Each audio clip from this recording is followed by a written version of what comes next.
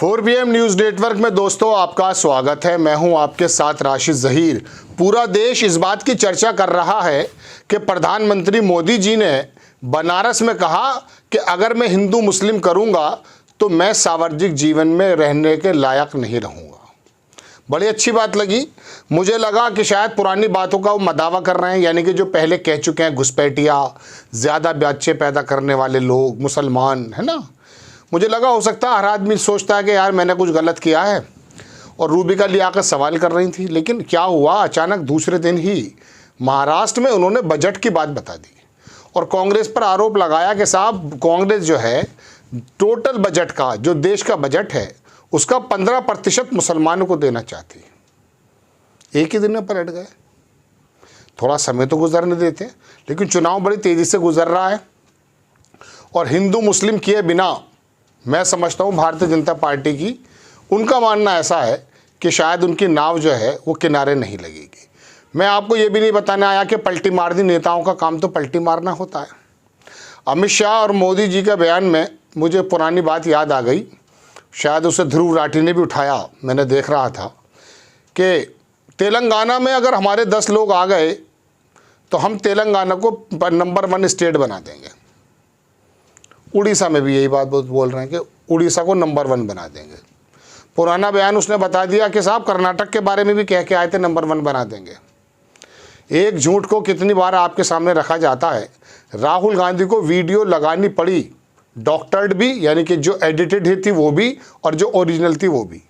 क्योंकि भारतीय जनता पार्टी का जो सेल है, मीडिया सेल जो है, अमित मालवीय उसको रन करता है, वो इतना बड़ा झूठ की फैक्ट्री चलाता है कि पूरा देश देख चुका। मैं इस झूठ का पर्दाफाश तो इसलिए करने नहीं आया चूँकि आपके सामने है, करोड़ों लोग देख चुके कि एक दिन पहले बनारस के गंगा तट पर क्या बोल रहे थे और दूसरे दिन मोदी जी क्या बोलने लगे। इसके पीछे बहुत लोगों का विश्लेषण है मगर मेरी बात एक जगह अटक गई। मुझे लगा 15% बजट का हिस्सा मुसलमानों पर खर्च किया जा रहा है, कांग्रेस ऐसा करने जा रही है। मुझे अचानक याद आई पुरानी खबर।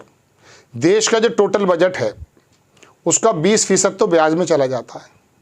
काश हमारे नेता, अभिनेता, परिनेता, जो भी देश को चलाने वाले लोग हैं, ब्यूरोक्रेसी के लोग हैं, इस बात पर ज़्यादा ध्यान दे देते कि जो देश के अंदर कुल बजट का जो हिस्सा है, एक बहुत बड़ी रकम, सबसे बड़ी रकम ब्याज में चली जाती है। जो ब्याज ले रखा है, जो कर्ज ले रखा है। मनमोहन सिंह के समय में कितना था, मोदी जी के समय पे कितना था, ये तो आप जान चुके हैं। लेकिन ये मैं आपको एक बात और बताऊं, हमारे जो देश के अंदर बजट का एलोकेशन होता है उसमें सिर्फ 14 विभाग ही ऐसे हैं जिनको 1% से ज़्यादा बजट एलोकेट होता है। अब अंदाज़ा कीजिए कितना बजट मिलता है। लेकिन ऐसे समय में 20% से ज़्यादा, कुल बजट का 20% से ज़्यादा ब्याज में चला जाता है दोस्तों। तो क्या ये बात नहीं होनी चाहिए थी कि प्रधानमंत्री मोदी जी 15% बजट जो कांग्रेस को बता रहे हैं वो मुसलमानों को देने का जो आरोप लग रहा है, हालांकि मुसलमान भी देश के वासी हैं, आप उन्हें 5 किलो चावल भी देते हैं, रोटी जो भी मिलता है वो सब मिल देते हैं। ये बात दीगर है कि खड़गे जी ने आपकी हस्ती ही पलट दी, मैं दूसरा प्रोग्राम बनाऊँगा। लेकिन ये 20% पर अगर निगाह लग जाती पक्ष की भी और विपक्ष की भी, तो आपके और मेरे ऊपर जो हर एक भारतवासी पे इस समय 1,40,000 करोड़ रुपए का जो कर्ज बताया जाता है, शायद वो नहीं होता। आपको चिंता है कि आप भी कर्जदार हैं। देश में पहला बच्चा पैदा होने के साथ 1,40,000 करोड़ रुपए का, 1,40,000 का यानी कि 1.5 लाख रुपए का कर्जदार हो जाता है। अब आपको मैं सिलसिलेवार कुछ खबर दिखाने की कोशिश करता हूँ। मैंने कुछ स्क्रीनशॉट लिए जा कर के और मुझे लगा कि आपको ये बताना चाहिए। अब उन्होंने क्या क्या कहा है वो तो आप सुन चुके। एक साहब है, उन्होंने ट्वीट किया कि मैं जिस दिन हिंदू मुसलमान करूँगा उस दिन से ही मैं सामाजिक जीवन में रहने योग्य नहीं रहूँगा। एक ख़तरनाक ब्रेन डिसीज़ होता है डिमेंशिया। इसमें व्यक्ति स्मृति, भाषा और सोचने समझाने की शक्ति खो बैठता है। नेक्स्ट स्टेज एफेसिया ये होता है जब व्यक्ति झूठ दूसरी बात करता है। खैर वो लोगों ने कहा, वो तो आपको मालूम ही है। फिर उसके बाद क्या हुआ, उसके बाद ये हुआ, ये दोनों फ़ोटो डाल दिए। प्रशांत भूषण मशहूर वकील हैं, उन्होंने प्रधानमंत्री जी का वो फ़ोटो भी लगा दिया बनारस वाला, और जो मुंबई के अंदर कह रहे हैं कि देश का बजट का 15% कांग्रेस मुसलमानों को देना चाह रही है। ये मुसलमान शब्द, हिंदू शब्द ऐसा हो गया, कमाल है। चलिए, मैं आपको 2024 की खबर दिखाना चाहता हूँ, आपकी स्क्रीन पर है। ये जो आप देख रहे हैं ना तस्वीर, ब्याज चुकाने पर खर्च होता है भारत के बजट का 20% पैसा।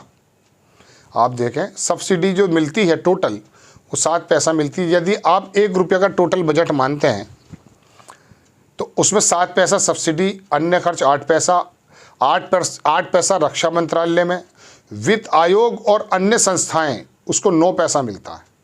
केंद्र की जो स्पॉन्सर्ड योजनाएं हैं जिसके बारे में बड़ा शोर मचता है, उसका भी 9 पैसा मिलता है सिर्फ। टैक्स पर राज्यों का हिस्सा 18 पैसा, केंद्र योजनाओं पर खर्च 17 पैसा, लेकिन कर्ज और ब्याज 20 पैसा। यानी कि टोटल 1 रुपये में 20% तो 100 में से 20% हमारा ब्याज पर चला जाता है। ये हालात हैं। एक जरा और भी खबर देख लीजिए, भारत पर सरकार पर कुल कितना कर्ज है और बीते 20 सालों में कितना बढ़ा है। तो आप देख लीजिए, अखबार लिखता है कि जवाब में कि 20 मार्च 2023 को सांसद नागेश्वर राव ने सरकारी कर्ज के बारे में सवाल पूछा था कि वित्त मंत्री निर्मला सीतारमण ने बताया कि 31 मार्च 2023 तक भारत सरकार पर 155 लाख करोड़ रुपए का से ज़्यादा का कर्ज है। सितंबर 2023 में यानी कि पिछले साल भारत पर 161 लाख करोड़ रुपए का ज़्यादा हो गया था। इसका मतलब यह है कि 6 महीने में भारत सरकार पर करीब 5 लाख करोड़ रुपए का यानी 4% कर्ज बढ़ा है। हालांकि बिजनेस स्टैंडर्ड की रिपोर्ट के मुताबिक सितंबर 2023 में देश पर कुल कर्ज 205 लाख करोड़ रुपए का हो गया। इसमें से भारत सरकार पर 161 लाख करोड़, जबकि राज्य सरकारों पर 44 लाख करोड़ रुपए का कर्ज है। 2004 में जब मनमोहन सिंह सरकार बनी तो भारत सरकार पर कुल कर्जा 17 लाख करोड़ रुपए का था। 2004 तक 3 गुना से ज़्यादा बढ़कर 55 लाख करोड़ हो गया, जो सितंबर 2023 में बढ़कर 161 लाख करोड़ रुपया हो गया। इस हिसाब से देखें तो पिछले 9 साल में भारत सरकार पर 192% कर्ज बढ़ा है। इसमें केंद्र सरकार द्वारा लिए गए देश और विदेश के दोनों कर्ज शामिल हैं। अंदाज़ा कर लिया आपने। तो देश के अंदर 15% मुसलमानों पर खर्च करने का जो प्रोग्राम कांग्रेस बना रही है, जैसा कि आप आरोप लगा रहे हैं, इससे ज़्यादा अगर इस बात पर फिक्र हो जाए तो आपका और मेरा देश कहाँ निकल जाएगा। ये देख लीजिए, और बना हुआ है ये भारत में साल दर साल बढ़ता गया कर्ज।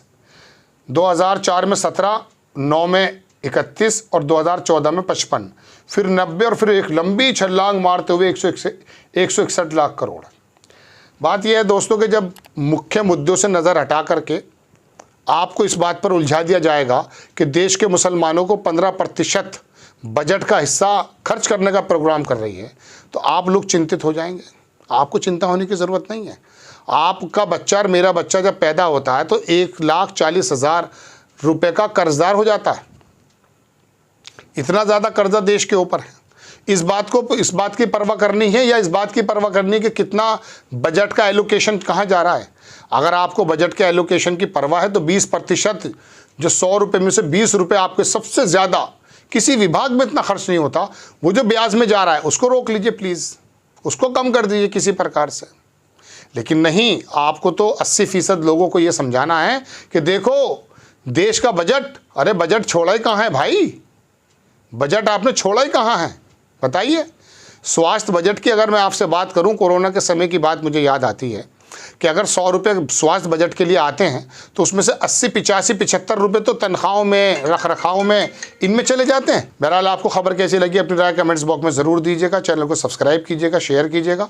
नेक्स्ट टाइम में किसी खबर के साथ हाजिर होता हूँ। जय हिंद।